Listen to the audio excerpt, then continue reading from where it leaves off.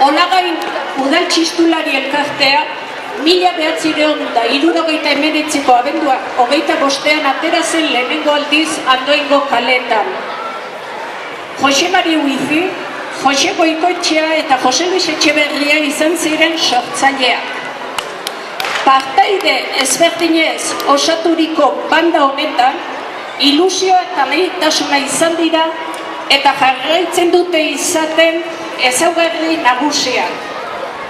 Durante 40 años hemos querido y seguimos transmitiendo la cultura del chistu, tambolín y atabal, siendo partícipes en las distintas fiestas y festividades de Andoain. Dejemos de lado los malos momentos y los tristes recuerdos y gocemos de estas fiestas de San Juan. Eskerrik asko, hemen egoketeko aukera eskaini diguten guztiek.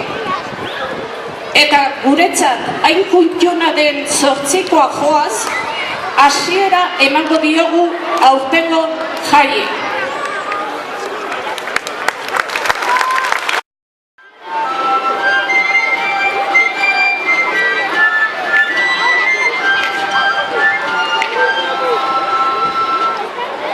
Errespetuan eta laguntasunean tartepidetan.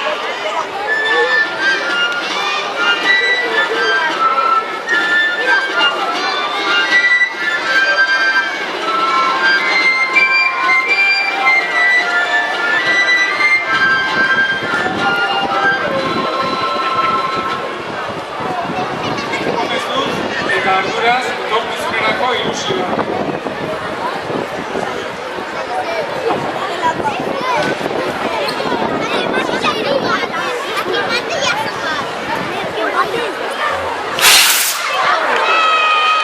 ¡Gora Andoain! ¡Gora San Juana!